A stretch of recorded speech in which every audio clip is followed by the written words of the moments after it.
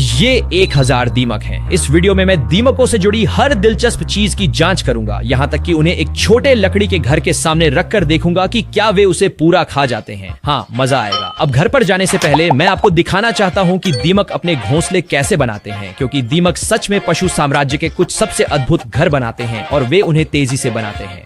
मैं आपको इन्हें अंदर डालकर दिखाता हूँ। दीमकों को डालते ही आप देख सकते हैं कि यहाँ कितने थे, बस एक जगह पर झुंड, लेकिन तुरंत कई पिछले हिस्से में खुली मिट्टी के पास जमा होने लगे।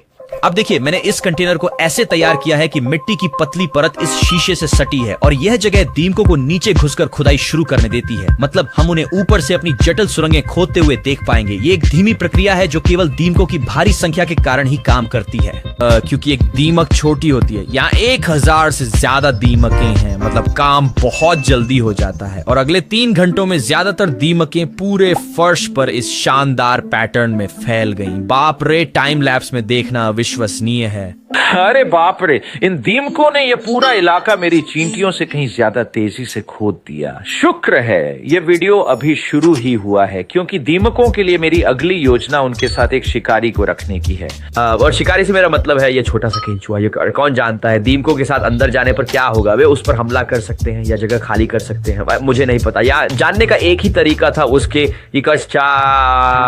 इस कीड़े को अंदर डालना। तुरंत ही वह कांच के फर्श के नीचे घुसकर दीमकों के पास आते ही मिट्टी खोदने लगा। मुझे यकीन है कि दीमक सिर्फ लकड़ी खाते हैं, तो मैंने सोचा कुछ खास नहीं होगा। पर जैसे ही कीड़ा पास आया, कुछ दीमक अपनी खोदी सुरंगों से उसके पास आए और शुरू में हमला नहीं किया। शायद दरअसल वे उसे अनदेखा कर रहे थे, बस उसके एक तरफ से दूसरी तरफ चल रहे थे, जैसे वो कोई पुल हो। पर तभी अचानक मैंने देखा कि और भी दीमक कीड़े के पिछले हिस्से के चारों ओर इकट्ठा होने लगे थे, मानो वे उस पर हमला करने वाले हों। कुछ बड़े दीमक, जिन्हें सैनिक कहते हैं, अंदर आ गए, जिनके विशाल जबड़े घोंसले की रक्षा के लिए होते हैं। लेकिन जब मैं देखता रहा तो हैरानी से झुंड ने हमला नहीं किया और कीड़े को घोंसले के आसपास खोदने दिया। कमाल है, दीमक अपने घोंसले में कीड़े के साथ आराम से रह रही हैं। हाँ, बिल्कुल हमला नहीं कर रहे।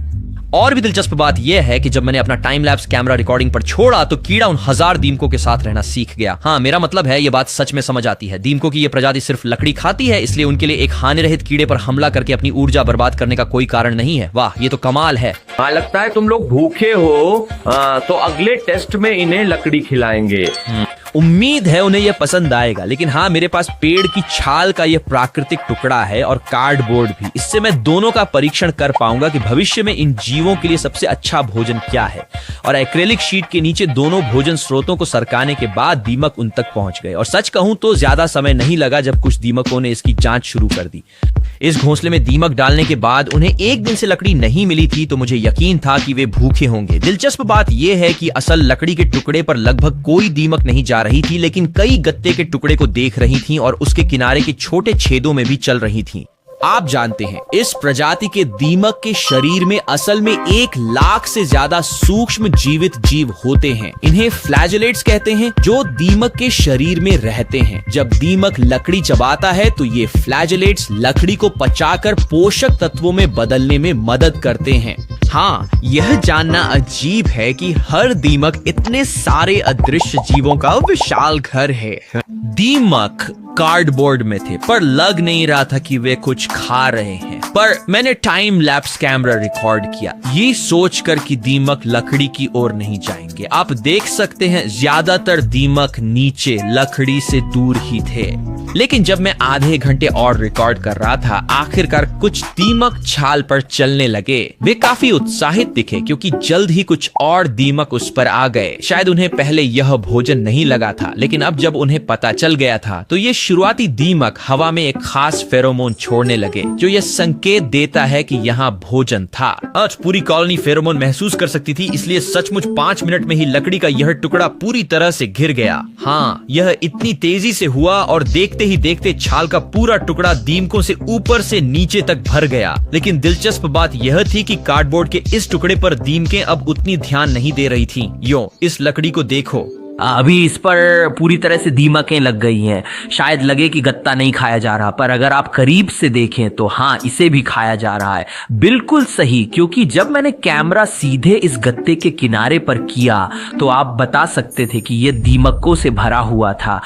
वे उसके अंदर भरे हुए थे और जब मैंने चिमटी से गत्ता हटाया तो दिख गया कि अंदर कितने थे। जैसे ही उन्हें लगा मैं हटा रहा हूं, वे तुरंत भाग गए। तो बेचारे, हे भगवान, सिर्फ 1 घंटा हुआ है और ये दीमक लकड़ी को तबाह कर रहे हैं।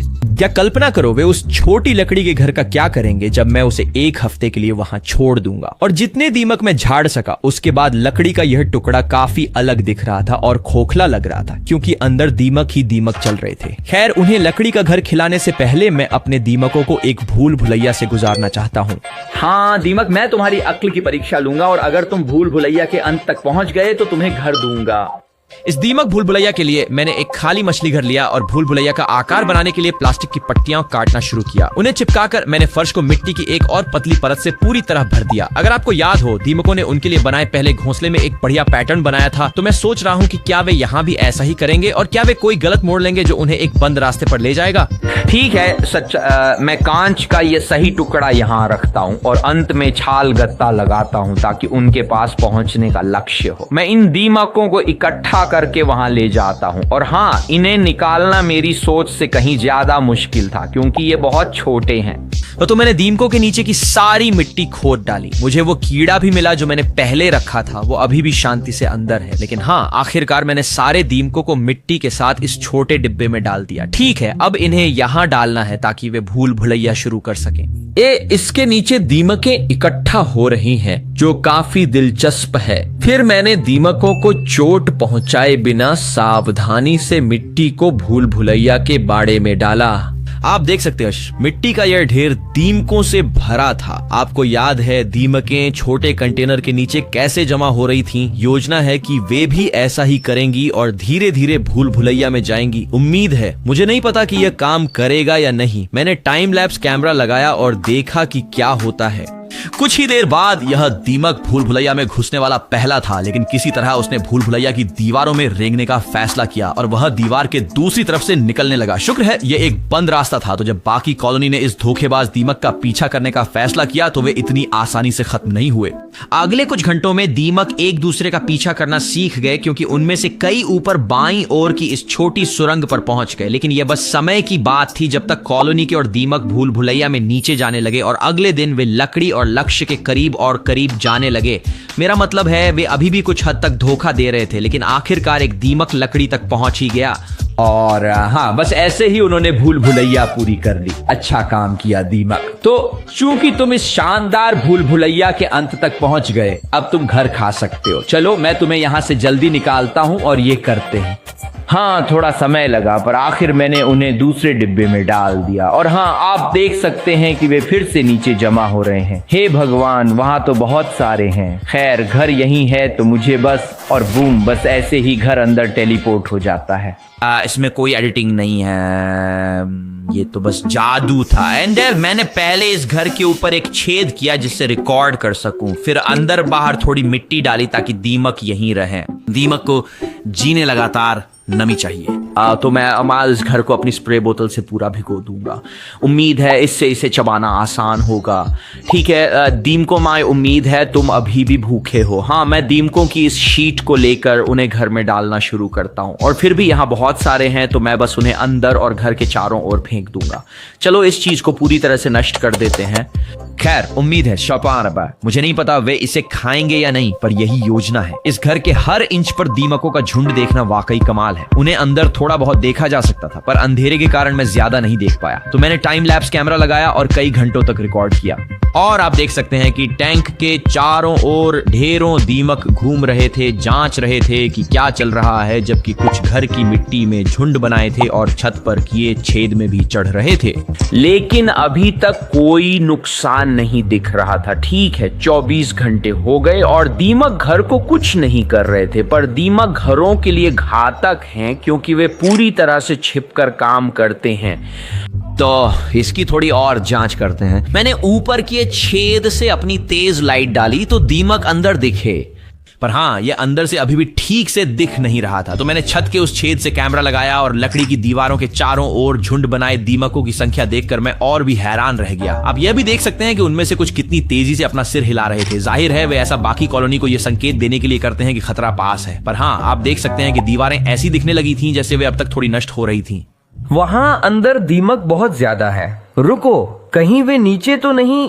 ओ हे भगवान, ये मेरी उम्मीद से ज्यादा है। हे भगवान, उसके नीचे और भी है।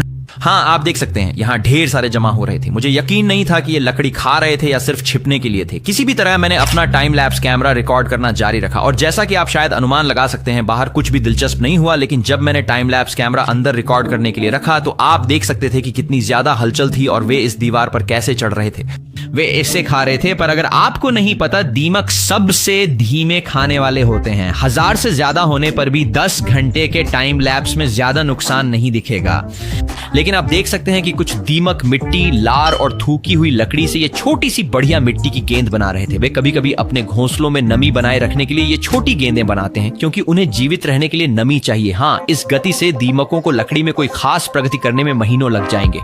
लेकिन मैं इस वीडियो को सफल कहूंगा। कुछ हमने दीमकों के बारे में सचमुच बहुत कुछ सीखा और अगली वीडियो के लिए 3 महीने इंतजार नहीं करना चाहता। तो जब वे इसमें से बढ़िया सुरंगें बनाएंगे, मैं एक कम्युनिटी पोस्ट करूंगा।